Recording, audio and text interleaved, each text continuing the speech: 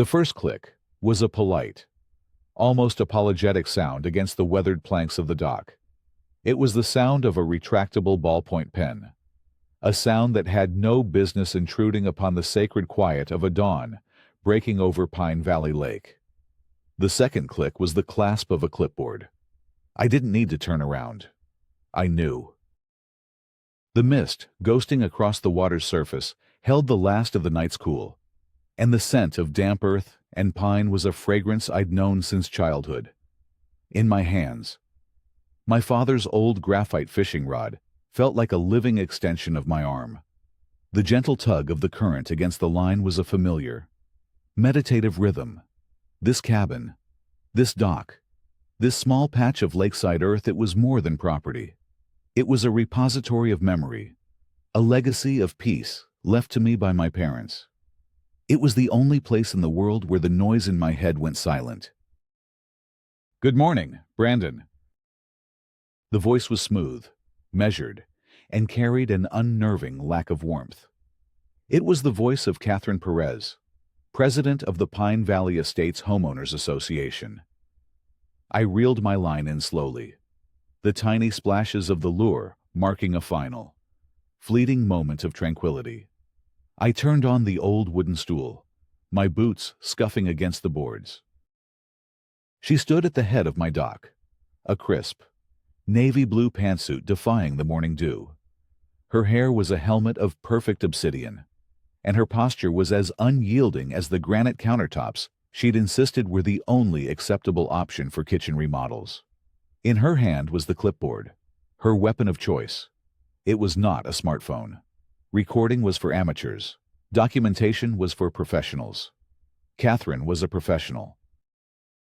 "Catherine," I acknowledged, my voice a low rumble in the stillness.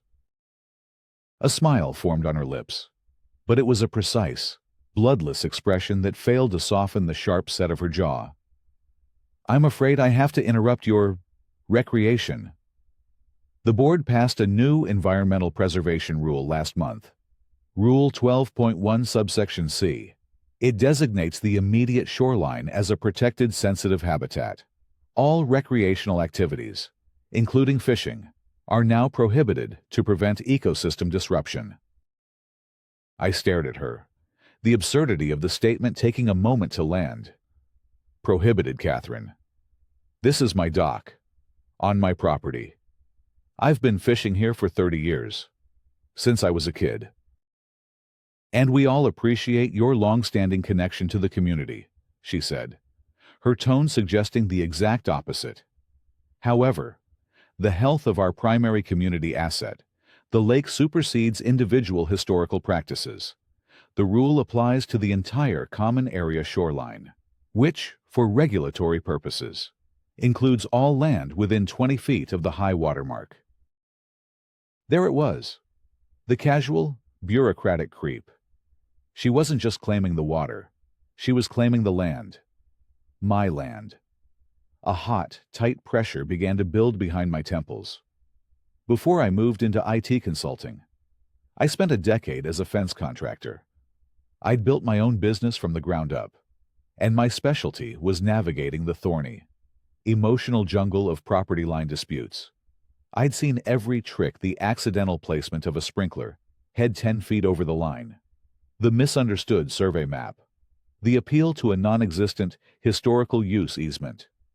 I knew the language of land better than I knew code. "The lake is a common area," I said, keeping my voice even. "My property, however, is private. My deed is quite clear about where that line is drawn." Catherine's smile tightened by a millimeter. The HOA's governing documents grant the Architectural Control Committee broad authority to regulate any activity that affects the aesthetic and environmental integrity of the community. That includes views from the common areas. Your activity falls under that purview. This is just a friendly, verbal warning. I'll expect your compliance going forward. She made a neat, decisive checkmark on her clipboard. It was a gesture of finality, a punctuation mark on a conversation she considered closed. She turned, her sensible heels making sharp. Authoritative clicks on the wood, a sound like a countdown timer. As she walked away, her form silhouetted against the rising sun. I wasn't thinking about fishing. I was thinking about deeds and plat maps. I was thinking about galvanized steel posts and the satisfying thud of a sledgehammer driving them deep into the earth. Catherine Perez thought she was enforcing a rule. What she had actually done was declare war on a man who knew, better than anyone else in this quiet suburban enclave, exactly where to build the fortifications. That evening, the rich smell of my wife Kelly's tomato sauce filled our small kitchen, a comforting aroma that was at odds with the knot in my stomach. On the dining table, spread out under the warm glow of the overhead light, was the deed to the cabin. Next to it, I'd placed the original subdivision plat map I'd found years ago in my father's old roll-top desk. Kelly stirred the pot on the stove, her brow furrowed with the same concern I'd seen growing there for months. "She can't do that, can she?" Kelly asked. "Not for the first time. Just invent a rule and apply it to our land." "She thinks she can," I said, tracing the solid black line on the map that marked Lot 14 our lot. "It's how she operates. A new rule about mailbox colors, then one about lawn ornamentation, then holiday decorations. Each one is a small step, an inch of control. People complain for a day, then they comply because it's easier than fighting. Now she's taking a foot." Kelly sighed, turning off the stove. "But why? Brandon, what does she get out of it? It's not about the environment. It can't be." That was the question. Catherine had been president for 3 years, and in that time, Pine Valley Estates had transformed. The friendly, lackadaisical atmosphere had been replaced by a quiet tension. Whispers at the community mailbox about violation notices for grass that was a quarter-inch too high, or for leaving a child's bicycle on the driveway overnight. Catherine called it protecting our property values, but it felt more like she was curating a museum exhibit, and we were the mannequins who occasionally stepped out of line. My contractor's eye was drawn to a faint, penciled notation on my father's old plat map, right near the lakeshore. It was a barely there hash mark with 15 theft, written beside it in his familiar, neat block printing. It was just inside the property line, a note he must have made for himself decades ago. It seemed to differ slightly from the slick, laser-printed map the HOA had distributed last year, the one that showed a generous common area walking path right where I was sitting this morning. "This isn't about fishing," I said, tapping the map. "This is about this." I pointed to the 15-foot stretch of shoreline. "This is about control." Kelly came over and wrapped her arms around my shoulders, resting her chin on my head. I could feel the tension in her grip. We had moved here permanently after my father passed, selling our place in the city for this quiet life. We'd invested everything emotionally and financially into this cabin, into this legacy. "Just be careful," she whispered. "She seems vindictive. Is this fight worth the peace we came here for?" It was a fair question, the one I'd be asking myself for weeks to come. Was it worth it? I looked at my father's handwriting on the map, thought of the feel of his fishing rod in my hands, and felt a surge of quiet, unyielding resolve. This wasn't just about a strip of land. It was about principle.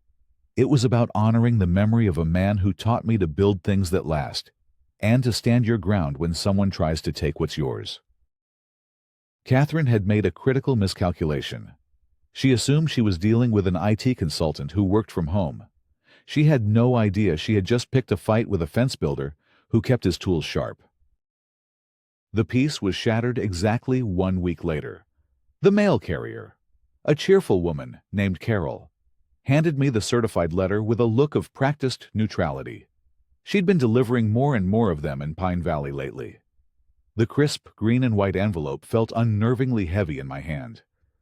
Inside, The formal courtesy notice was a masterpiece of corporate politeness, wrapped around a steel threat.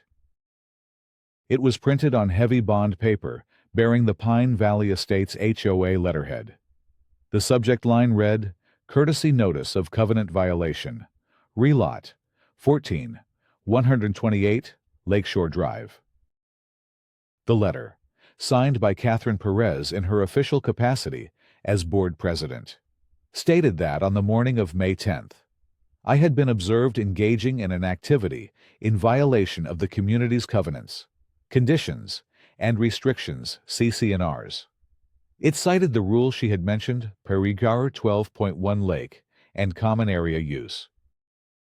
This section, the letter explained, prohibits any personal activity within the designated Lakeshore Environmental Zone that has not been sanctioned by the Architectural Control Committee, ACC, as per the community guidelines updated and ratified by the board on April 15th.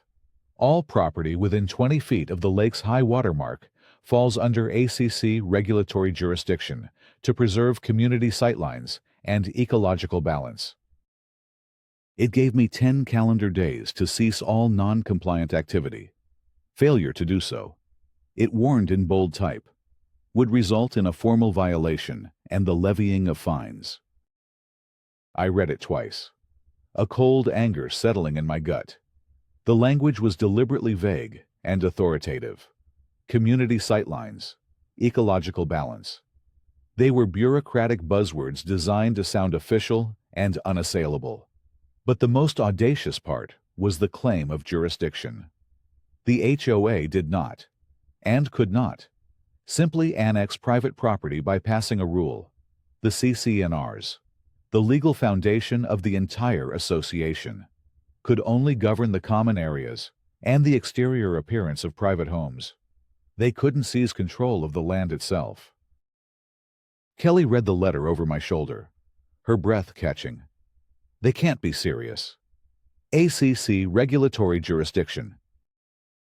It's a bluff, I said, my voice harder than I intended. A scare tactic. She's counting on me not knowing the difference between an HOA rule and the law. She's counting on me being too intimidated to fight. I spent that evening online, downloading the county's official property records for our entire subdivision. I cross-referenced the legal description of Lot 14 from my deed with the digital plat maps from the county recorder's office. The boundaries were ironclad.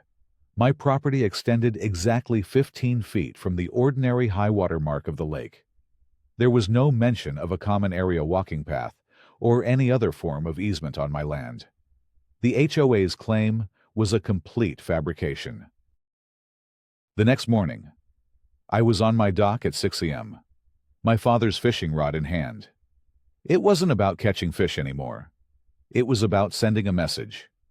I cast my line into the still, gray water, the lure making a quiet plink as it broke the surface. I was drawing a line of my own. The 10-day grace period passed in silence. No more visits from Catherine. No more clipboard. Just a quiet, simmering tension that seemed to hang over the neighborhood.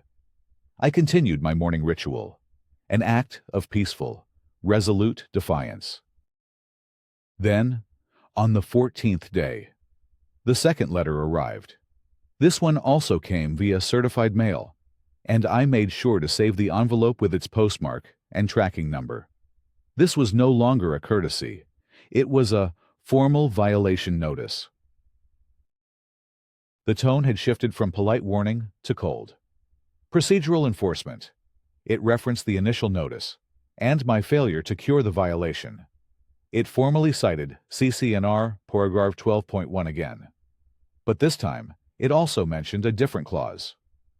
CC&R 408.4.2, Architectural Control Committee Authority, which it claimed gave the committee power to levy fines for non-compliance. The fine was $100. It wasn't the amount that mattered. It was the principle. It was the institutional arrogance of it. The letter concluded by informing me of my right to request a hearing before the board within 15 days to contest the violation. I held the letter in my hand, the paper feeling flimsy and insignificant. Yet it represented a threat that was very real. This was the second step in a long, frustrating process designed to wear people down. This was how they won, not with a single dramatic blow, but through 1,000 bureaucratic paper cuts. $100, Kelly said, reading the notice. We should just pay it. Brandon, it's not worth the stress. We can fish from the boat. If we pay it, we're admitting they're right, I countered, the pressure building behind my temples again. We're acknowledging their authority over our land. What's next? They tell us we can't have a barbecue on our own lawn because the smoke is disturbing a community sightline. No, this stops here. That afternoon, I drafted a formal, polite letter to the HOA board, exercising my right to a hearing. I sent it via certified mail, with return receipt requested. I was now building my own paper trail, a fortress of documentation. The game was afoot, and I intended to play by the rules, the real ones. The board scheduled the hearing for 2 weeks later, on a Tuesday evening. The arena for this showdown was not a courtroom, but the Pine Valley Community Clubhouse, a sterile, beige room that smelled faintly of stale coffee and industrial carpet cleaner. The board of directors. Catherine and her 4 allies sat at a long folding table at the front of the room, looking down at the single chair placed for me in the center of the floor.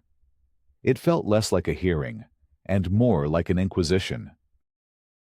Catherine, acting as president, called the meeting to order with a sharp rap of a small wooden gavel. She was in her element, the master of procedure and protocol. She laid out the agenda with brisk efficiency. My hearing listed under new business. When my turn came, I walked to the chair, carrying a slim portfolio. I remained standing.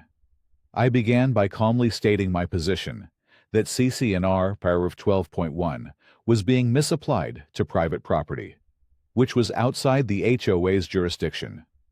I presented them with a copy of my property deed, its legal description highlighted. As you can see, I said, my voice echoing slightly in the quiet room, my property line is clearly defined.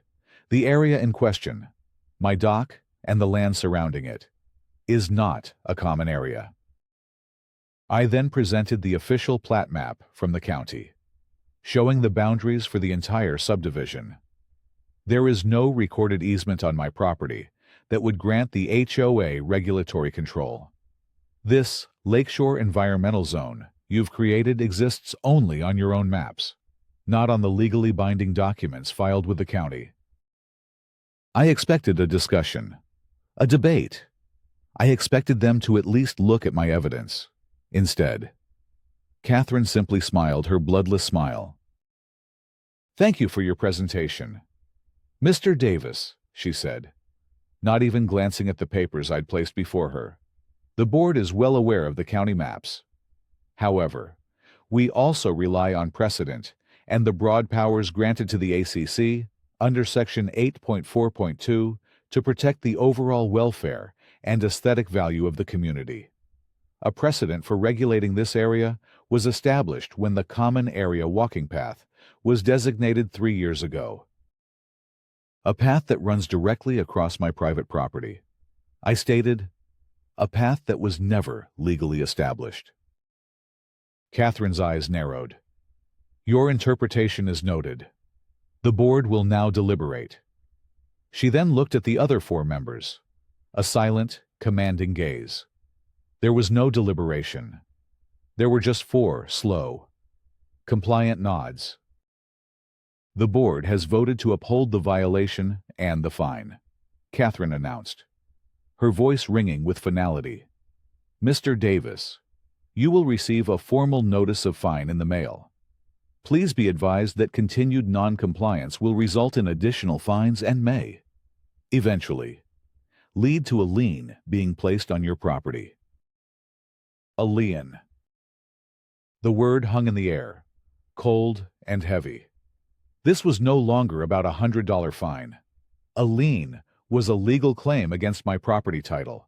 It was a direct threat to the home my parents had left me, to the sanctuary Kelly and I had built. I stood there for a moment, the portfolio in my hand suddenly feeling useless. I had come with facts, with deeds and maps, with logic. I had been met with a rigged system, a kangaroo court where the evidence was irrelevant.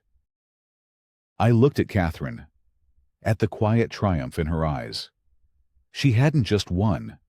She had demonstrated her absolute power. I realized then that I couldn't fight this from the inside. The system wasn't broken. It was working exactly as she had designed it. Walking out of the clubhouse into the cool night air, the frustration had curdled into something else cold. Hard resolve. I had tried reason. Now, it was time for a new strategy. It was time to stop defending my property line and start proving it. My first call the next morning was to Tom Garcia. I'd met him at the local hardware store a year back. He was a retired county surveyor, a man whose hands were as gnarled and weathered as an old oak root, and whose eyes held the quiet confidence of someone who had spent a lifetime dealing in absolutes. When I explained the situation, I heard a low chuckle on the other end of the line. An HOA inventing its own geography. Tom said, "Son, you wouldn't believe how often that happens. They start with a pretty map in a sales brochure, and 20 years later, they think it's gospel. Facts are stubborn things. Though." We agreed to meet at my property that Saturday. In the meantime, I shifted my focus. I formally requested, as was my right under the state's Property Owner Association Act, copies of all HOA meeting minutes for the past 3 years, as well as the complete, unaudited financial records. This wasn't just about the dock anymore. It was about understanding the full scope of Catherine's operation.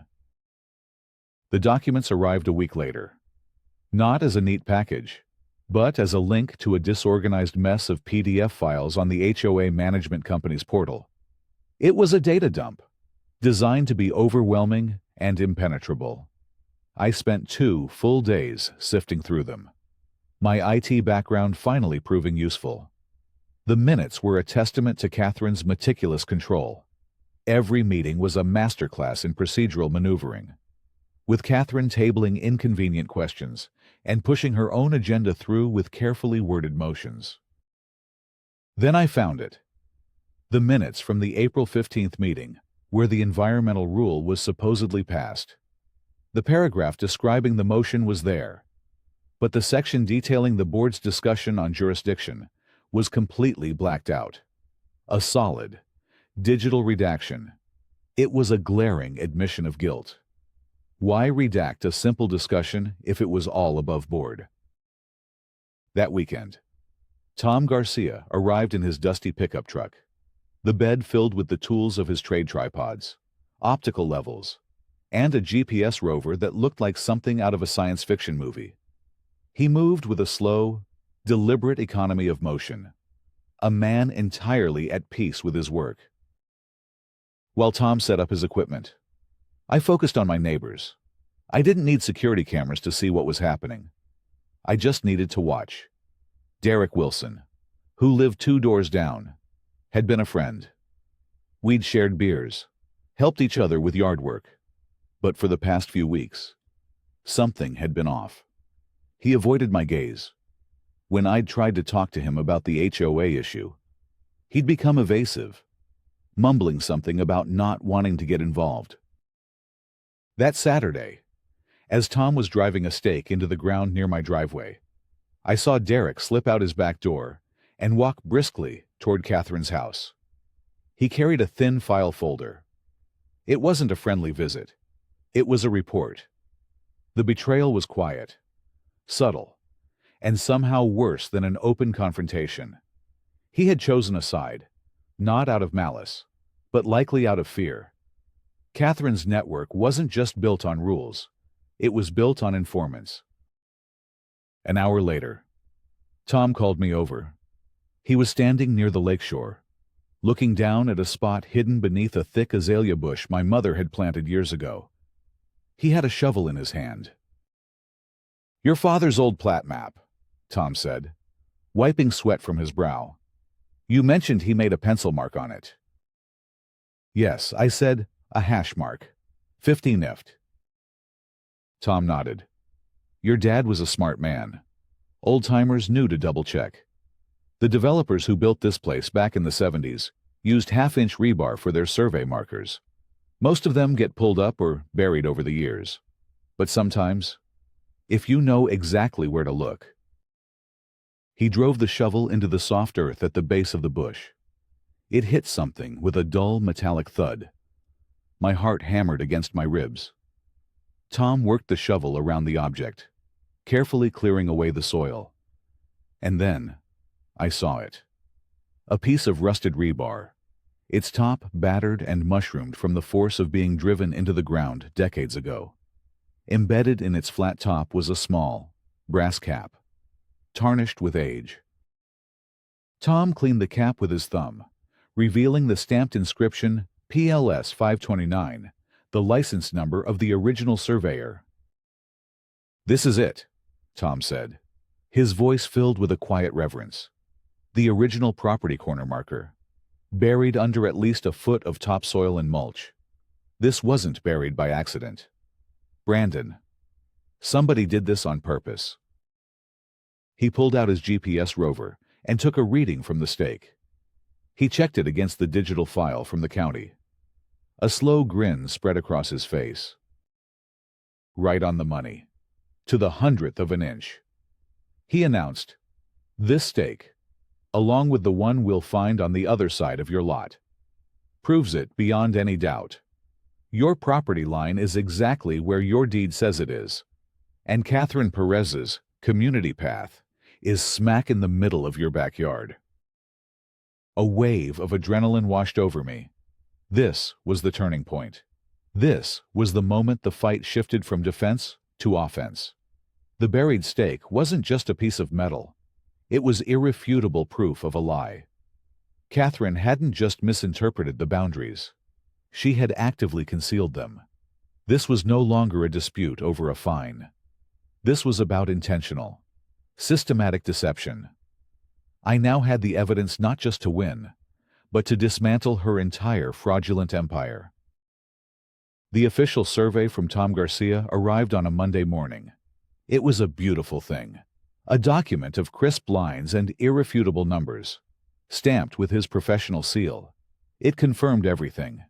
Not only did my property extend 15 feet from the water's edge, but Tom had located all 4 original, buried survey stakes, each one a silent, iron witness to the truth Catherine had tried to bury. I had my weapon. Catherine must have sensed the shift in the wind, because her next attack was swift and brutal. It came in another certified letter, this one from the HOA's management company. The letterhead was different, but the chillingly polite tone was the same. It was a notice of intent to lien. The unpaid $100 fine, plus newly added late fees and administrative charges, now totaled $250. The letter stated that if the amount was not paid in full within 30 days, the association would file a lien against my property with the county. Kelly's face went pale as she read it. A lien, Brandon. This is getting out of hand. They're threatening to take our house over a $100 fine. "They're not taking our house," I said, my voice a low, steady promise. "They're trying to scare us into submission. This is a classic escalation tactic. They want me to panic and pay. But we're not going to panic. We're going to prepare." The threat wasn't just procedural. It became personal a few days later. The annual Pine Valley Neighborhood Barbecue was a long-standing tradition. A day of forced mingling and lukewarm hot dogs. We decided to go, determined not to let Catherine's campaign of harassment turn us into hermits. The air was thick with the smell of charcoal and cut grass. Neighbors chatted in small, guarded clusters. I saw Derek by the drink table, his back to me, talking with a forced heartiness that didn't quite reach his eyes. He knew I'd seen him go to Catherine's.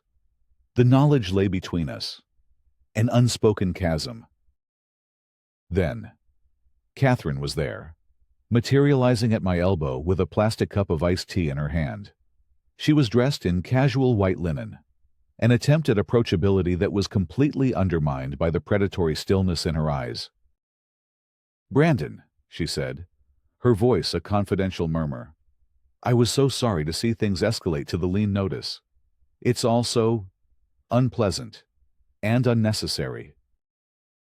"The truth usually is, to people who are hiding from it," I replied, keeping my gaze level. Her smile didn't waver. "You know, I happen to know some of the partners at your consulting firm. Small world. A man's professional reputation is so important, isn't it? It relies on being seen as cooperative, a team player. It would be a shame if people started thinking you were difficult, combative, even." The threat was unmistakable, delivered with the precision of a surgeon. She wasn't just attacking my home. She was attacking my livelihood. A cold fury, clean and sharp, cut through the noise of the party. She had crossed a final line. I took a slow sip of my own drink. And it would be a shame if a community found out their president was governing based on fraudulent documents and deliberately concealed land surveys. Reputations are fragile things, Catherine. For everyone. I walked away, leaving her standing there, the polite smile frozen on her face. The battle lines were no longer just on a map. They were drawn through every aspect of my life. The next 2 weeks were a blur of meticulous preparation. I reached out to a former board member, a quiet man who had resigned a year ago, citing personal reasons. I met him for coffee far from the neighborhood. He confirmed my suspicions. Catherine ran the board with an iron fist, presenting her own interpretations as fact and quashing any dissent. When I showed him the redacted minutes, he produced an unredacted copy from his personal files. The blacked-out section was damning. It was a record of him questioning the legality of the new rule, citing the very same jurisdictional limits I had. Catherine had overruled him, and then, apparently, erased his objection from the official record. My evidence package was now complete. I had Tom's certified survey, photos of the unearthed stakes with GPS data, the official county plat map, my property deed, a side-by-side comparison of the redacted and unredacted meeting minutes, and a complete timeline of the HOA's procedural harassment, including the dated certified mail receipts. The annual homeowners meeting was scheduled for the first Wednesday in August. It was the one time all year that any homeowner could speak, allotted a strict 5-minute slot during the open forum. It was my only chance to present my case, not to the biased board, but to the entire community. This wouldn't be a hearing. It would be a trial, and I would be the prosecutor. The night before the meeting, Kelly and I sat on the dock. The tension of the past 2 months had taken its toll. There were new lines of worry around her eyes. "Are you sure about this?" she asked quietly. "You're going to publicly accuse her of fraud. What if it backfires? What if people don't believe you?" "They'll believe the evidence," I said, though a sliver of doubt remained. Catherine's power is built on a foundation of lies. All I have to do is show them the proof. I looked out at the dark water, the same view my father had looked at for 40 years. This is for him, too, for the peace he wanted this place to have. She took my hand, her grip firm. "Okay," she said, "let's go show them the truth." The community clubhouse was packed, the air thick with a mixture of civic duty and simmering resentment. Dozens of homeowners, many of whom had their own stories of run-ins with Catherine's rigid enforcement, sat in neat rows of folding chairs. At the front table, Catherine presided, flanked by her board, a portrait of serene authority. Beside them, a large projector screen displayed the meeting agenda. My name was last on the list for the open forum. When my turn was finally called, a hush fell over the room. I walked to the front, connected my laptop to the projector, and placed a small digital kitchen timer on the lectern, setting it to 5 minutes. The large red numbers appeared on the screen, a stark visual representation of my limited window. Catherine watched me, a small, condescending smile playing on her lips. "You have 5 minutes, Mr. Davis." I nodded, took a deep breath, and clicked the timer. The countdown began 05:00. "Good evening," I began, my voice calm and steady, amplified by the small microphone. "My name is Brandon Davis, Lot 14. For the past 2 months, I've been in a dispute with the board over a fishing violation. But this isn't about fishing. It's about truth. And it's about the legal documents that govern our community." My first slide appeared. It was a simple text slide showing the exact wording of CC&R Bear 8.4.2, the clause Catherine had used to justify her authority. I highlighted a single phrase, "common areas." This is the clause the board cites to claim authority over our private properties. But as the text clearly states, its jurisdiction is limited to the common areas. It does not grant the HOA the right to annex portions of our private lots. The next slide showed 2 maps side by side. On the left, the HOA's slick, colorful map with the common area walking path marked in green. On the right, the black and white, legally binding plat map from the county recorder's office. I overlaid them. The green path on the HOA map cut directly across the designated property lines of 5 lakeside lots, including mine. A murmur went through the crowd. The third slide was a series of high-resolution photographs, close-ups of rusted rebar stakes with brass caps, half unearthed from the soil. GPS coordinates were stamped on each photo. These are the original survey markers from 1978, installed by the developer. They were buried under a foot of soil. A certified survey, which I have here, confirms these markers, not the HOA's map, represent our legal property boundaries. This isn't a mistake. This is proof of a deliberate concealment of fact. The murmuring grew louder. I saw Catherine's knuckles turn white as she gripped her gavel. Her serene mask was beginning to crack. My fourth slide was the most powerful. A side-by-side comparison. On the left, the redacted meeting minutes I received from the HOA. On the right, the unredacted version. I highlighted the blacked-out paragraph and its corresponding clear text, where a former board member had questioned the legality of Catherine's land grab, only to be overruled and his dissent erased from the official record. This time, it wasn't a murmur. It was a collective gasp. People were turning to look at the board members, whose faces ranged from pale shock to dawning horror as they realized the depth of Catherine's deception. I had one last slide prepared. It was a photo from a discreet distance, showing Derek's car parked in Catherine's driveway late at night. The date and timestamp matching the day before I received my first formal violation notice. It was the proof of his complicity. The final, humiliating blow. My finger hovered over the button. Then I saw him. Derek was sitting in the third row, his face ashen. Next to him, his wife held his hand, her expression a mixture of anxiety and loyal support. In that moment, she wasn't the wife of a traitor. She was just a woman terrified for her husband. My eyes then met those of Mrs. Patterson, the elderly widow from down the street, whom Catherine had fined for planting unapproved petunias. She had seen the evidence I'd gathered. She gave me a small, almost imperceptible shake of her head. It was an appeal not to vengeance, but to decency. I made my decision, I skipped the final slide. The evidence is clear, I said, my voice resonating with a new kind of authority, the authority of truth. The board was not just mistaken. They were actively misled. Rules have been enforced based on fraudulent maps, and dissent has been erased from our official records. This isn't governance. It's an abuse of power. My time is up.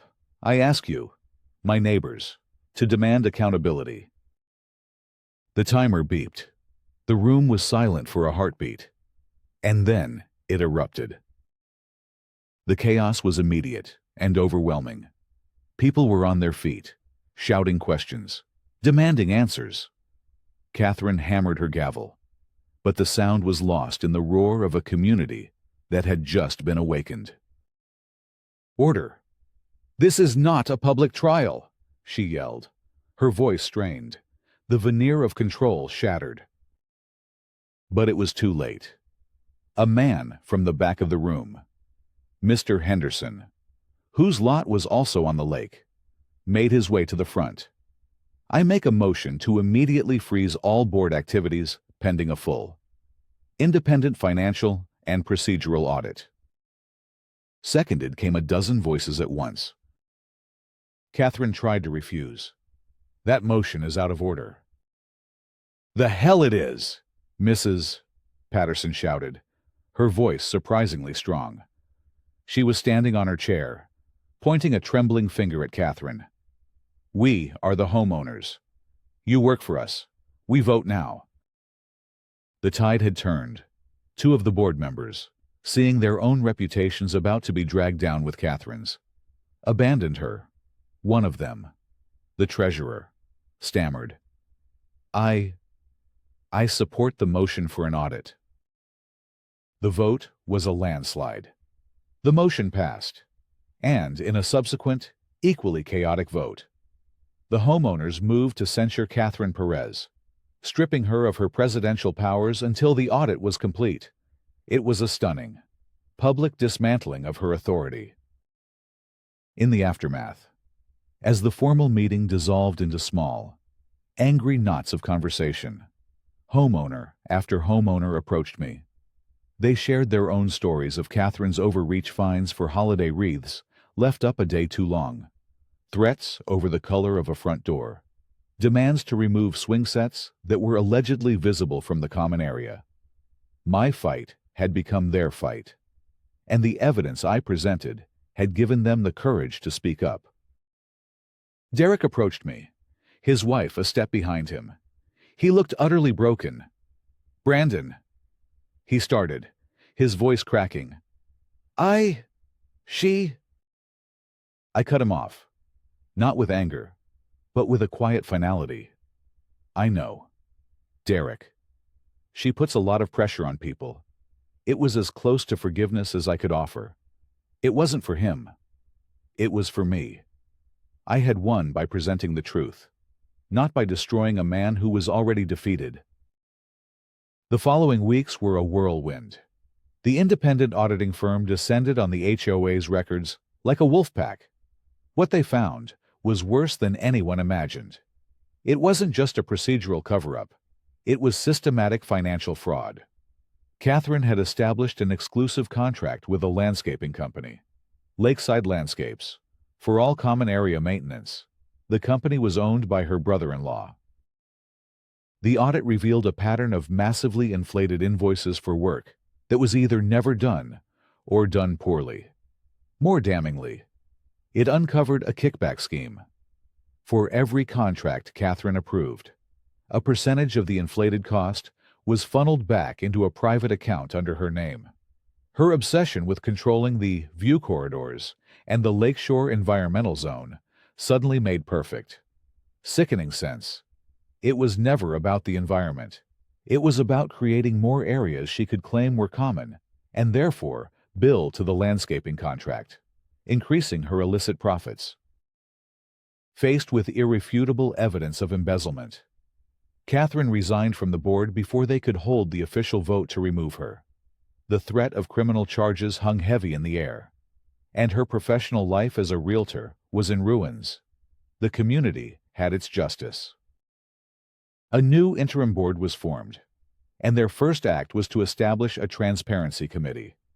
To my surprise, a humbled and genuinely contrite Derek Wilson was nominated to lead it. He accepted, vowing to create a system of checks and balances to ensure no president could ever wield such unchecked power again. All the fines issued under Catherine's fraudulent rules were rescinded and refunded.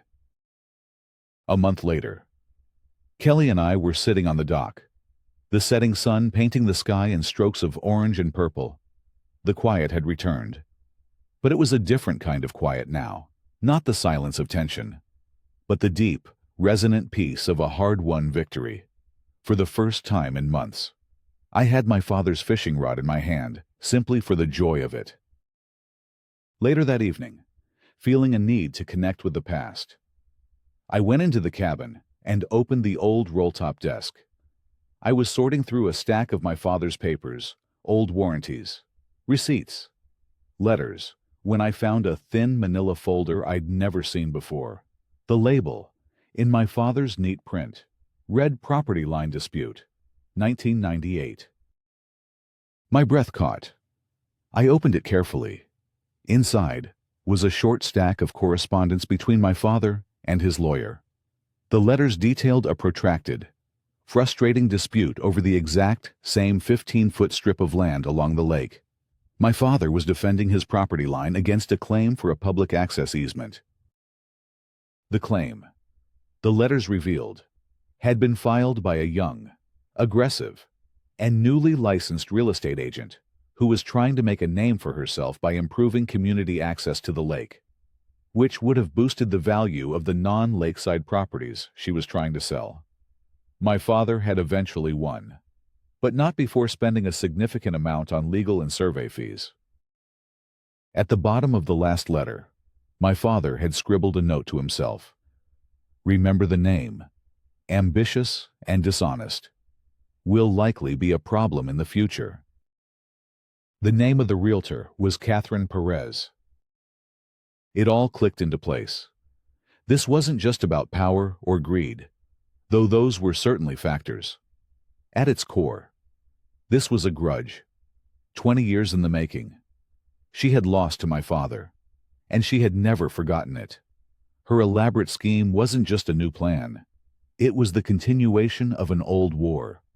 Her chance to finally win the battle she had lost against the man who owned Lot 14 before me. I closed the folder, a strange sense of closure washing over me. The mystery of her obsession was solved. I looked around the quiet cabin, at the photos of my parents on the mantelpiece, and I smiled. My father had fought the first battle. I had, unknowingly, finished the war. The legacy he left me wasn't just the cabin. It was the quiet strength to protect it.